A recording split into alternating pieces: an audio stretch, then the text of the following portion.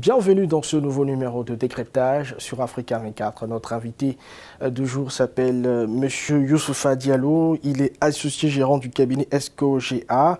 Monsieur Diallo faisait partie des invités à la 4e édition des Financial Africa Awards, tenue les 16 et 17 décembre 2021 à Nouakchott. C'était pour lui l'occasion de parler de son domaine d'activité, des perspectives économiques de l'Afrique en général et de la Mauritanie en particulier, également de la vision de l'Afrique en 2050. Parlez-nous de votre cabinet ESCO-GHA. On est un cabinet d'expertise comptable, particulièrement d'audit, de conseil juridique et fiscal. Bon, il faut dire qu'au début, on était beaucoup plus un cabinet d'audit, comme la plupart des cabinets en général, mais compte tenu de la demande intérieure et surtout des besoins, nous nous sommes beaucoup plus focalisés sur l'assistance comptable, l'accompagnement des entreprises, puis sur l'accompagnement au niveau fiscal, la fiscalité, le social. Il y a des moments où on fait des bulletins de salaire, beaucoup. On fait beaucoup d'accompagnement technique. Et c'est ça particulièrement. Bon, aujourd'hui, l'avantage, beaucoup d'entreprises étrangères viennent s'installer en Mauritanie. En arrivant, elles ne sont pas au courant de la réglementation locale.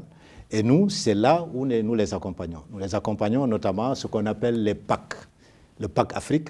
L'entreprise arrive, dès qu'elle arrive, déjà de son visa jusqu'à son départ, nous pouvons l'accompagner, créer l'entreprise, ouvrir le compte, lui trouver des locaux, lui trouver du personnel, et lui faire les contrats, faire les salaires, etc.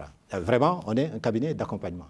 Et nous nous assurons qu'à l'entrée, les entreprises sont en règle vis-à-vis de la réglementation locale, et à leur départ, si elles veulent partir, elles sont en règle vis-à-vis de la réglementation locale. Et que la Direction générale des impôts, la sécurité sociale n'ont rien à reprocher à ces entreprises parce que tout au long de leur séjour en Mauritanie, elles ont respecté les normes. Vous avez participé à la 4e édition des Financial Africa Awards, tenue les 16 et 17 décembre 2021 à Nouakchott, en Mauritanie.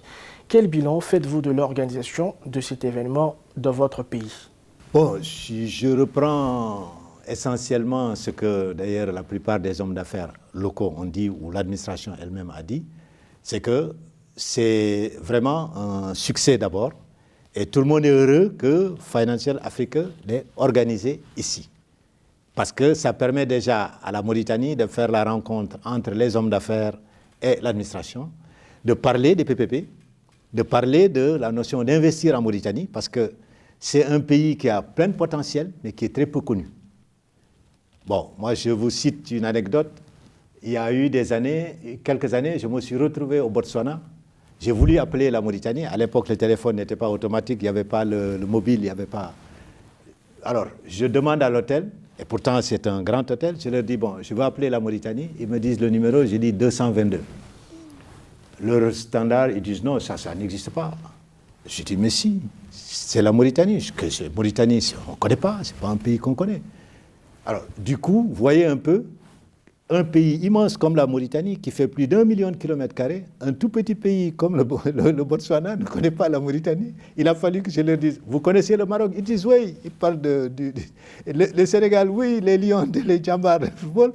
Et donc, entre les deux, il y a un désert, c'est la Mauritanie. Et pourtant, il est plus grand que les deux pays réunis. Voyez un peu. Donc, c'est un pays qui a un potentiel, qui est malheureusement pas très connu. Justement, bon, pour des raisons, on est des gens très discrets. Et il faudrait peut-être que, en tout cas au niveau économique, au niveau investissement, il faudrait peut-être qu'on se réveille, parce qu'on a beaucoup d'hommes d'affaires, parce que ce qui m'y avait amené, c'était qu'on accompagnait justement les Botswanais.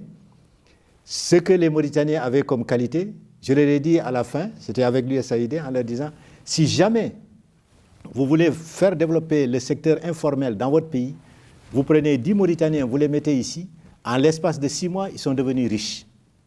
Pourquoi? Parce qu'il y a tellement de choses à faire, il y a tellement de potentiel, et eux, tout est réglementé. Si l'administration ne fait pas quelque chose, ce n'est pas fait. Il n'y a pas d'initiative privée. Or, le Mauritanien, il a l'initiative privée dans le sang. Quelles sont selon vous les potentialités de l'économie mauritanienne? Bon, le ministre de l'économie a dit ceci. C'est un pays qui a un potentiel extraordinaire. Le potentiel, je ne parle pas de potentiel minier. C'est connu. On a du fer, on a de l'or, on a du cuivre, on a du phosphate, et encore. Il y a plein de métaux, des traces qui ont été vues. Il y a des sables noirs, et bon, qu'on n'a peut-être pas commencé à exploiter, d'autres qui, du cobalt, etc. Il y en a qui ne sont pas exploités. Bon, ce qu'il y a, c'est que, en dehors du domaine minier, on a le domaine, le pétrole. Il y a des découvertes, il y en a qui sont en cours de confirmation, il y en a qui sont déjà confirmées. On a commencé à exploiter le pétrole depuis pratiquement 2006 avec le projet en cours. Ce qu'il y a, c'est que aujourd'hui, avec le gaz, déjà la première découverte de gaz entre la Mauritanie et le Sénégal, c'est ce qui va être exploité justement avec BP.